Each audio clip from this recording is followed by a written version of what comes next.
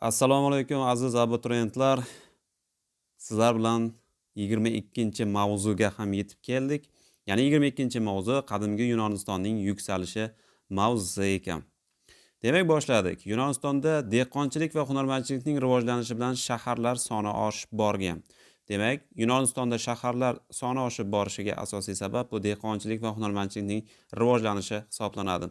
Keyingi ma'lumotimiz Yunon shaharlari qanaqa shaklda vujudga kelgan degan savolga javob bo'ladi. Agar shunaqa savol bo'ladigan bo'lsak, Yunon shaharlarining ko'pchiligi bir qancha manzilgohlar birlashishi yo'li bilan tashkil topgan ekan. Qaytaraman, Yunon shaharlarining ko'pchiligi bir qancha manzilgohlar birlashishi yo'li bilan tashkil topgan. Bunday shaharlar yunoncha polis deb ataladi. Polis so'zi, ya'ni shahar degan ma'noni bildiradi. Har bir shahar davlatning o'z qo'shinlari mavjud bo'lgan. Chunki shahar davlatlar o'rtasida tez-tez urushlar bo'lib turgan, bunda albatta qo'shinga zarurat bo'lgan. Bularning qurollari, demak, qo'shinlari og'ir qurollangan askarlar hisoblanadi, ya'ni goplitlar deyiladi. Goplet nima desak, bu Yunonistonda og'ir qurollangan jangchilar deb javob beramiz. Ularning safi to'rtburchak shaklda bo'lgan, ya'ni falanga deb atalgan. Shakl to'rtburchak, nomlanishi esa falanga hisoblanadi. Rasmda e'tibor qilamiz. Bu falangani ko'rinishi berilgan, demak tartib bilan joylashtirilgan shakli to'rtburchak og'ir qurollangan jangchilar, ya'ni goplitlardan iborat. Bunaqa qo'shin goplitlar yoki falanga deb ataladi. Keyingi davlatimiz Yunonistondagi dastlabki yirik shahar davlatlardan biri bu Afina davlati hisoblanadi. Joylashgan joyi O'rta Yunonistonning janubiy sharqiy qismida tog'lik Attika viloyati joylashgan. Ya'ni yarim orol bu. 3 ta tomoni suvlikdan iborat. O'sha Attikaning g'arbiy qismida esa Akropol shahri vujudga kelgan. Ya'ni Akropol so'zining ma'nosi yuqori shahar degan ma'noni bildiradi. Yunoniston tarixda, endi tarixiy jihatdan aytadigan bo'lsak, geografik joylashuviga ko'ra yuqori Yunoniston, ya'ni shimoliy Yunoniston, markaziy, keyin o'rta Yunoniston va quyi Yunoniston, ya'ni janubiy Yunonistonga demak bo'lib o'rganiladi tarixi asosan. Shuning o'rta Yunonistonning janubiy sharqiy qismida Attika viloyati joylashgan va Attikaning g'arbiy qismida esa Akropol vujudga kelgan. Ma'nosi yuqori shahar. Akropolning vujudga kelgan vaqti esa miloddan avvalgi 2-mingyillik hisoblanadi. Akro degani yunoncha yuqori degan. Masalan, yuqoriga sakraydigan sport turida ham akrobatlar deb eshitgansiz. Pol esa bu polis, ya'ni yunoncha shahar nomining qisqartma shakli. Akropol, yuqori shahar. Keyinchalik bu shaharda aholi soni ko'payishi natijasida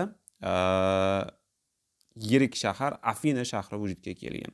Demak, Akropol keyingi Afina shahrining paydo bo'lishiga asos bo'lgan ekan. Bu viloyat, ya'ni Attika viloyatining aholisi asosan 3 ta katta guruhga bo'lingan. Bular qaysilar? Bular fuqarolar, chet elliklar, ya'ni metiklar. Demoqchiki, metiklar demak chet elliklar hisoblanadi.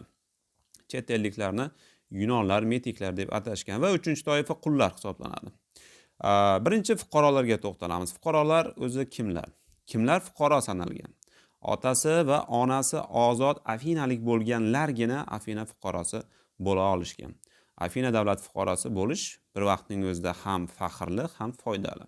Foydali nimada? Chunki ular og'ir ishlarni qilishmagan, sog'lig'iga zarar yetkazadigan ishlardan ozod etilgan. Foydali tomoni shunda. Afinaga daromad keladigan soha bu asosan kumush va tuz konlari hisoblanadi. Kumush qazib olish, tuz qazib olish yetakchi o'rinni egallagan Afinada va Afinaga asosan daromad keltiradigan manba hisoblangan. Keyingi daromad manbasi esa bu dengiz savdosi. Dengiz savdosida muhim rol o'ynagan asosiy port esa bu Pirey porti yoki Pirey bandargohi desak ham bo'ladi. Turli xil mahsulotlar olib kelib sotilgan, shu mahsulotlar qatorida qullar ham. Keyingi ma'lumotimiz Afinadagi ta'lim haqida bo'ladi. Boshladik. Pedagog so'ziga to'xtalamiz. Pedagog so'zining ma'nosi yunonchadan, demak, bolani yo'lda kuzatib boruvchi degan ma'noni bildiradi. Ota-onalar o'z bolalarini o'qitish uchun pedagogga berishgan. Bugungi kunda ham juda ham ko'p eshitamiz buni ta'lim sohasida pedagog so'zini. Pedagog so'zining tarixi, demak, Yunonistondan boshlanadi. Yunoncha pedagog bolani yo'lda kuzatib boruvchi degan ma'noni bildiradi. Yunonistonda o'g'il bolalar uchun ta'lim olish majburiy bo'lishgan. Chunki o'g'il bolalarning har biri o'z ta'lim olishi va o'z dunyoqarashi, bilimiga ega bo'lishi kerak. Chunki o'g'il bolalar bo'lajak oila rahbari, bo'lajak davlat rahbari va davlat xizmatchisi hisoblanadi. Shuning uchun ham bunga alohida e'tibor qaratilgan Yunonistonda. Yozuv va hisob 7 yoshdan o'rgatilgan. Demak, o'zimizdagi ta'lim tizimiga o'xshab ketadi. Bizda ham maktabga bolalar 7 yoshdan qabul qilinadi, Yunonistonda ham jumladan. 7 yoshdan demak yozuv va hisob. Ularda ruchka yozuv quroli sifatida foydalanadigan narsa bu stil hisoblangan. Ya'ni metal tayoqcha, uchi o'tkirlangan metal tayoqcha. O'sha stil orqali mum surkalgan taxtachalarga harflarni o'yib yozishgan. Demak, stil bilan mum surkalgan taxtachalarga yozishgan. Aksariyat fuqarolar uchun ta'lim shundan iborat bo'lgan, ya'ni shu bilan ta'lim tugagan, lekin puldor ota-onalarning farzandlari esa polisterlarda o'qishni davom ettirishgan. Polister nima? Polister bu xususiy gimnastika maktablari hisoblanadi. Polisterda o'qitiladigan fanlar asosan 3 ta fan: adabiyot, she'r yozish va musiqa demak o'rgatilar edi. Ya'ni bu qo'shimcha fanlar sifatida o'ylamaslik kerak. Polisterda faqat shu fanlar bilan chegaralanib qolmagan. Qo'shimcha demak adabiyot o'qitilar, she'r yozish va musiqa ham o'rgatilar edi.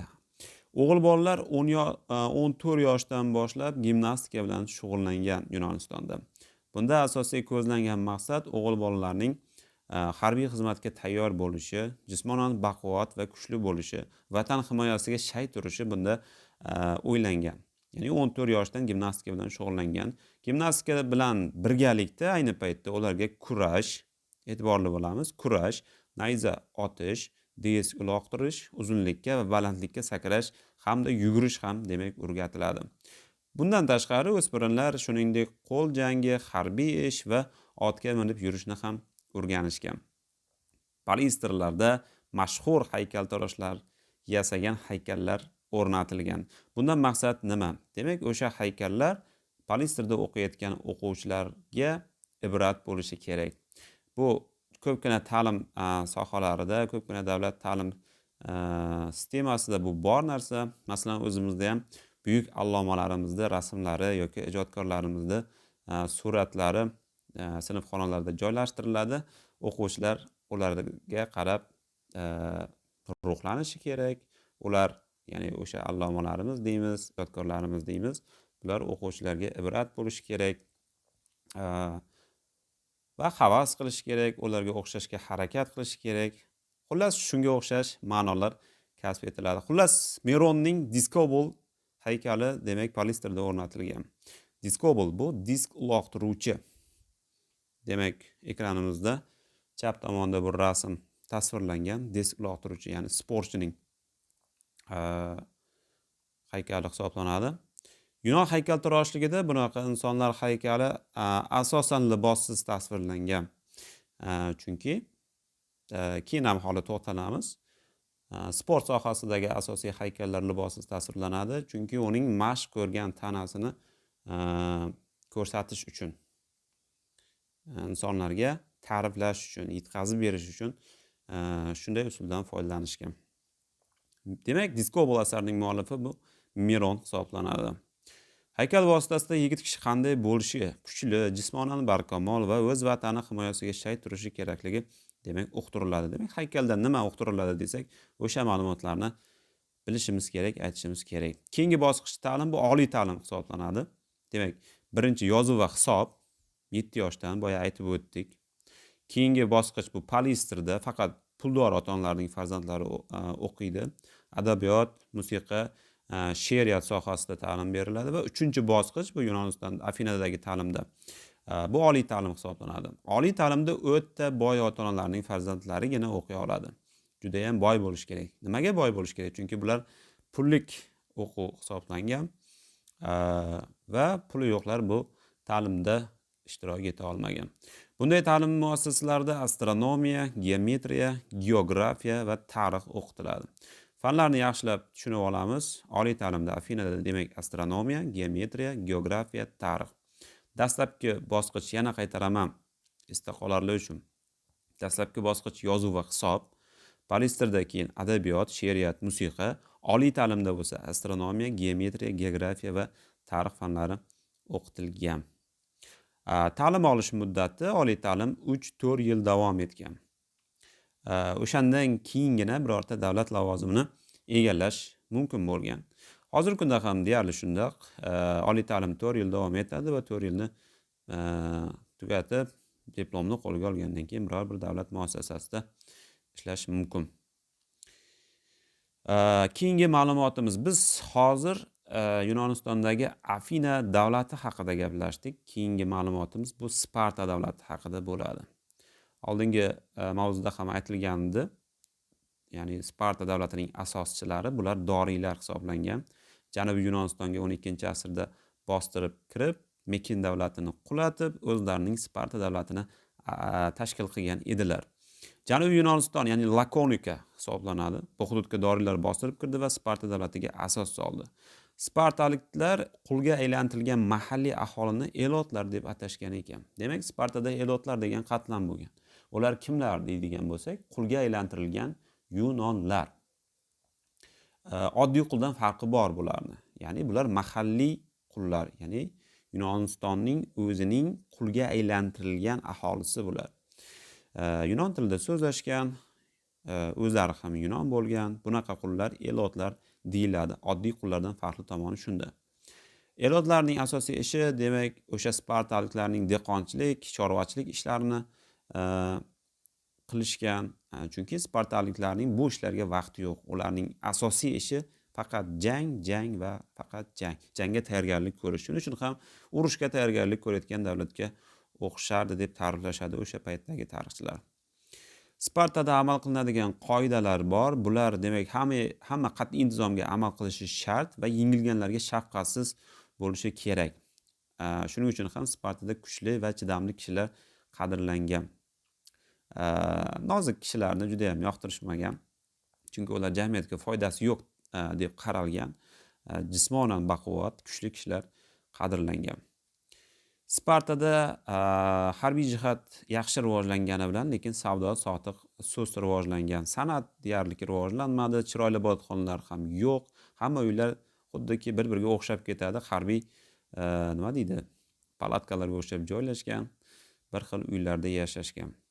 Chet elliklar ham bir ustiga kiritilmagan davlatga. Asosan davlatning madaniyatini rivojlantiruvchi va bu yerga o'zga davlat madaniyatini olib keluvchilar bular chet elliklar hisoblanadi. Ular kiritilmagandan keyin tabiiyki bu davlat yopiq bo'lgan. Yopiq davlat esa madaniy jihatdan, iqtisodiy jihatdan rivojlanishi albatta sust bo'ladi. Elotlarning mashg'ulotiga to'xtalib o'tdik. Ular asosan dehqonchilik va chorvachilik ishlarini bajarishgan. Spartaliklarning oilalari yeriga ishlov berishga majbur etilgan. Spartada keyin elotlardan tashqari periklar degan qatlam ham bor. Periklar elotlardan farqi nimada? Periklarning farqi shundaki, ular shaxsan ozod. Ular qul emas. Shaxsan ozod, lekin to'la to'kis huquqqa ega emas. To'la to'kis huquqqa ega emas degani, o'sha Spartaning haqiqiy fuqarolaridek davlat ishlarida qatnasha olmagan, davlat lavozimlarida ishlay olishmagan, ovoz bera olishmagan va boshqa masalalar. Shunaqa huquqlari cheklangan, lekin shaxsan ozod. Spartada boya aytib o'tganimizdek kuchli va chidamli kishilar nihoyatda qadrlangan. Bolalar ancha qattiq sharoitda voyaga yetishgan, ota-onalardan alohida yashashgan. Go'yoki shunday qilib yashasa bolalar albatta qiyinchilik ko'radi, chidamli bo'ladi degan maqsad bo'lgan bu yerda. Armiya yoshi 20 yosh hisoblanadi. 20 yoshdan to'lgan yigitlar demak jangchi sifatida Sparta armiyasida xizmat qilgan toki keksa yoshga qadar bu xizmat davom etgan. Shuning bilan mavzumiz yakuniga yetadi. Mavzu oxirida tayanch konspektlar berilgan. manzilgohlari shahar davlat demak polislar deb ataladi. Buni aytib o'tdik. Goplitlar kimlar? Bu og'ir qurollangan jangchilar, ularning safi falanga deyiladi. Akropol so'zining ma'nosi yuqori shahar, boya aytib o'tdik. Tashkil topgan vaqti miloddan avvalgi 2-ming-yillik, joylashgan joyi esa Attikaning g'arbiy qismida joylashgan. Attikani o'zi qayerda desak, O'rta Yunonistonning janubiy sharqiy qismida joylashgan. Fuqarolar, metiklar va qullarga bo'lindi. Attika aholisi asosan metiklar kimlar desak, bular chet elliklar hisoblanadi. Ta'lim sohasidagi atamalar pedagog, aytib o'tdik, buni ham bolani yo'lda kuzatib boruvchi ma'nosini beradi. Stil bu metall tayoqcha, ya'ni yozuv vositasi sifatida foydalanilgan. Palestra bu xususiy gimnastika maktablari o'qitilgan fanlar haqida ma'lumot berib o'tdik. Miron buyuk haykaltarosh, uning san'at asari disk uloqtiruvchi, ya'ni diskobl palestralarda o'rnatilgan bu haykallar. Spartaga asos solinishi miloddan avvalgi 12-asrda, kimlar tomonidan desak, doriylar tomonidan asos solingan. Periklar bular to'la to'kis huquqqa ega bo'lmagan, lekin shaxsan ozod aholi qatlami hisoblanadi. Elotlar esa qulga aylantirilgan mahalliy xalq, ya'ni yunonlar hisoblangan ekan. Hozircha ma'lumotlarimiz shulardan iborat. Mavzuni yana takrorlab o'qiymiz, ma'lumotlarni sinchiklab o'rganib, tushunib, keyin eslab qolishga harakat qilamiz. Keyingi darslarimizgacha xayr, omon bo'ling, o'qishdan charchamang. Ma'lumotlarni sinchiklab o'rganishda davom eting, testlarni ishlab boring. Keyingi mavzularimizgacha omon bo'ling. Xayr.